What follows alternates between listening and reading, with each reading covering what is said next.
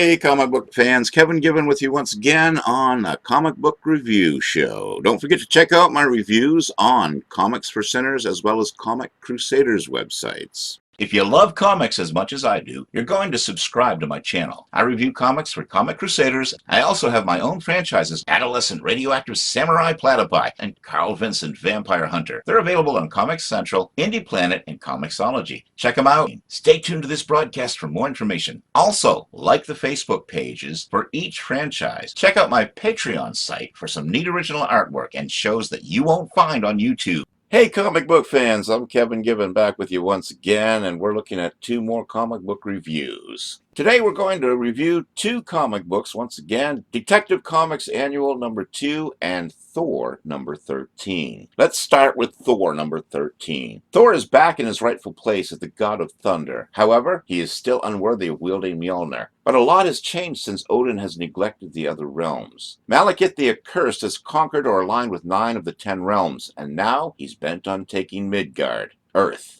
Ravaged with guilt feelings about his neglect, Odin sent his brother Kull, the god of fear, on a secret mission to Malekith's home realm. There he discovered the secret to ordering vast armies across the realms. Looking at the creative team, Jason Aaron opens this issue with Kull describing why none of us have heard of him. He's describing the conflicted deal he made with Odin. While in the weapons room of Asgard, he allowed Odin to choose any weapon he would like to strike him with one time, provided he would get the second strike. It was a clever ruse on the part of Kull, which showed Kull's strength of will. I really enjoyed the origin of Kull in this issue and the confrontation that the Thunder God had with his father. It made for some engaging banter with our heroes. Great stuff includes the weapon that Kull chose to hit Odin with, and the Asgardians' realization that they didn't take Malekith's war seriously enough. Mike Del Mundo brings a gritty realism to his depictions of the Asgardians and their realms. The muted colors are a sharp contrast to the bright world we've become accustomed to, but this view of Asgard works within the confines of this tale. The storytelling is dark, so the fallen realms must also be dark and gritty. Highlights include Odin's attempt to lift the hammer of Ivaldi and the brother-on-brother clash later on in this issue. In conclusion, we learn a lot of new things about the Asgardian first family in this tragic tale of negligence and overconfidence. Odin's heretofore unknown brother is a welcome addition to the whole Norse mythological canon, even if he wasn't mentioned in all of the mythological tales. He is to Odin what Loki is to Thor, a pain in his godly side. The reasons why he was never mentioned are intriguing,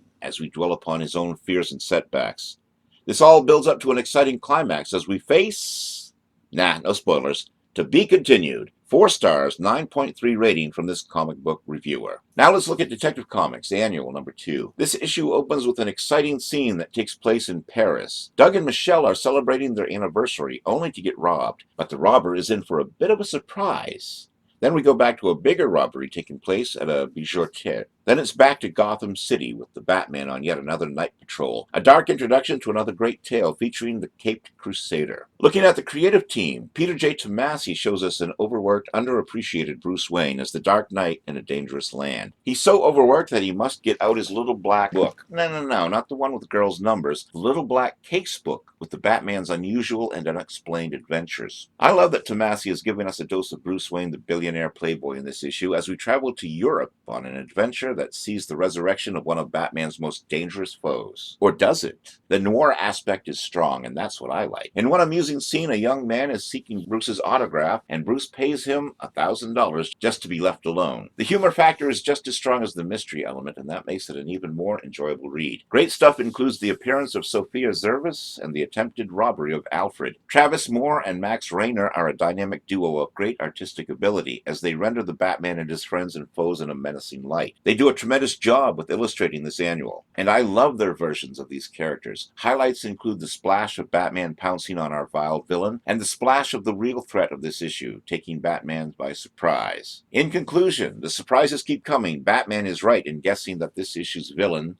no spoilers, isn't the classic incarnation of the character, but he isn't ready for the truth, as he guesses wrong as to who the villain actually is. A great page-turner that deserves our undivided attention. The action heats up, and this issue concludes with an adrenaline-pumping bang. 4 stars, 9.2 rating from this comic book reviewer. That's all the time we have today. Join me next time on Comic Book Reviews, where we'll review 2 more comic books. Kevin Gibbons saying so long, and tune into my other show, Comics Let's Talk.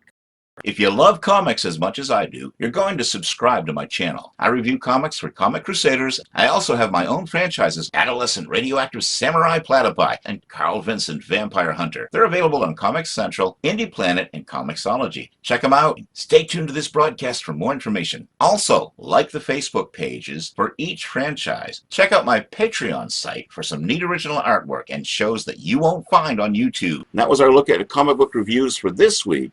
Until next time, this is Kevin Gibbons saying so long and keep reading those comics.